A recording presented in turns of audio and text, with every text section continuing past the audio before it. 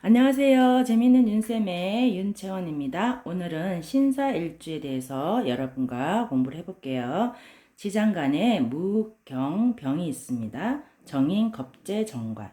정관, 사, 지사를 놓고 있죠. 복성기인, 청복기인, 을처, 의부, 십약대패, 곡각, 천라지망, 가수근진, 고시는 신, 공망은 신유고요. 천을기인은 인호입니다. 천문성을 두고 있습니다. 이 부분은 영상이 있으니까 여러분 참고하시면 되고요. 간인비 구조를 가지고 있는 신사일주는요. 수동적이고 좀 간념적이고 사색적입니다. 기의 영역이라고 하기 때문에 우리가 역사를 움직이는 밑볼 작업을 하는 그런 영역이라고 보시면 되고요. 아주 보수적이고 지혜의 영역이라고 보시면 됩니다.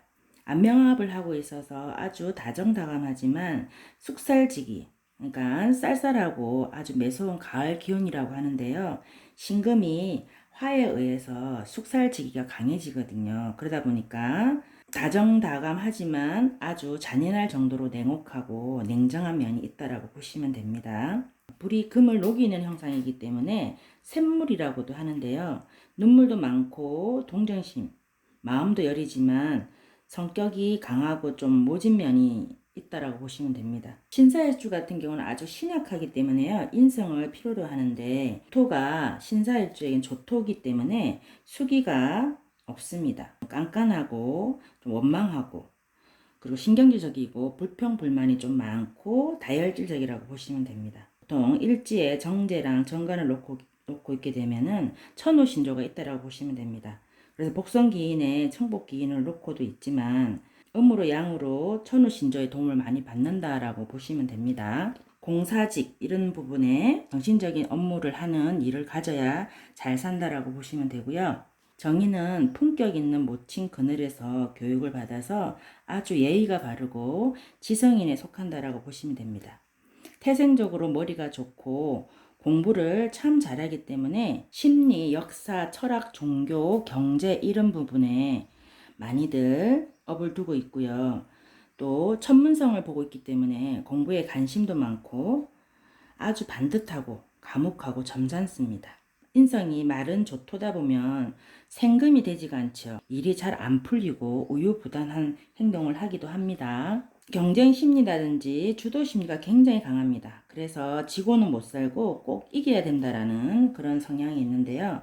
자존심이 굉장히 강하고 호응하여 탄탄대로로 걷는 형제들이 많이 있지만 왕래는 좀 뜸하다고 보시면 됩니다. 자격증이라든지 공직과 연계해서 공부를 해야 대성하는 경우가 많습니다.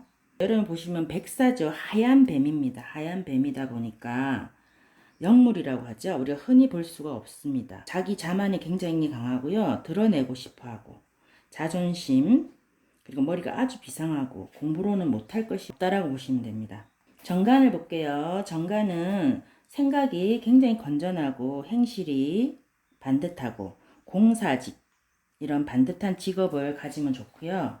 여명 같은 경우는 학식이 높고 건전한 남편과 인연하기 쉽지만 운에 따라서 이성의 난이 생길 수 있습니다. 남명 같은 경우는 아주 현달한 자식을 보고 똑똑하지만 멀리 일찍 원천 학문을 해야 되고요. 칼을 맞고 있는 형상이기 때문에 칼 맞은 뱀이라고도 하는데요. 살생대건직, 국가의 록이라든지 의료, 공경검, 재무라든지 이런 쪽으로 업상대체가 되어야지만이 편안한 삶을 살 수 있습니다. 그렇지 않으면 좀 재적 성취가 불리하고 효화가 따른다고 보시면 되고요.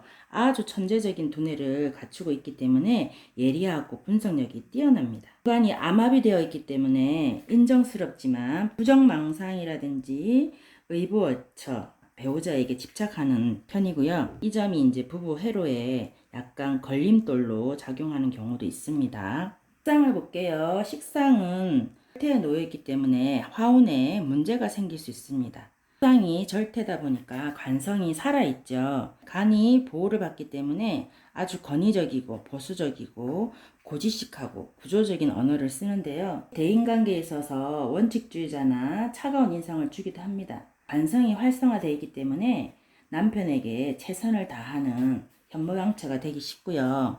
남명 같은 경우는 멀리서 생각이 많고 조금 쇠약한 배우자를 만날 수 있는데요. 배우자 연은 좋다라고 보시면 됩니다. 재성을 볼게요. 재물운이 별로 그다지 좋지는 않습니다. 반듯한 직장이면 괜찮은데요. 이동이 많은 직업을 갖는다든지 살생대건직 아닌 업을 갖게 되면은 아주 공곤한 삶을 살 수도 있습니다. 남편 같은 경우는 부친 내지는 아내의 이제 미숙한 재물 운영 때문에 갈등하기 쉽고요. 많이 벌고 많이 써야 하는 일이 생기기 때문에 재정적인 일로 조금 마음고생을 하기 쉽습니다. 남편 같은 경우는 미인의 아내와 멀리서 만나지만 조금 쇠약하거나 사치와 씀씀이가 있는 배우자를 만날 수 있습니다. 천라지망 운에는 창업보다는 수성에 힘써야 되는데요. 공직이라든지 살생대건직, 업상이 잘 대체되면 수성하시겠죠. 경금운이 들어오면 성격이 조금 포악해지고요.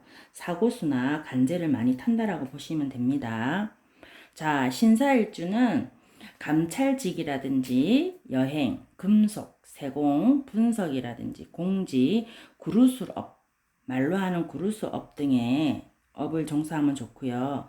혈압이라든지 폐질환, 호흡기, 치통, 의심, 의처, 의부증이 있습니다. 신경성 등에 조심하시면 됩니다. 반인비 구조의 신사일주는 발음대로 점잖고 아주 신사다운 기상이 서려 있는데요. 인정도 많고 다정다감하지만 때로는 아주 잔인할 정도로 냉혹한 면이 있는 신사일주에 대해서 여러분과 공부를 해봤는데요. 공직이라든지 반듯한 직장을 가지고 있으면 아주 편안한 삶을 살 수 있는 신사일주에 대해서 여러분과 공부를 해봤습니다. 좋아요, 구독은 무료입니다. 감사합니다.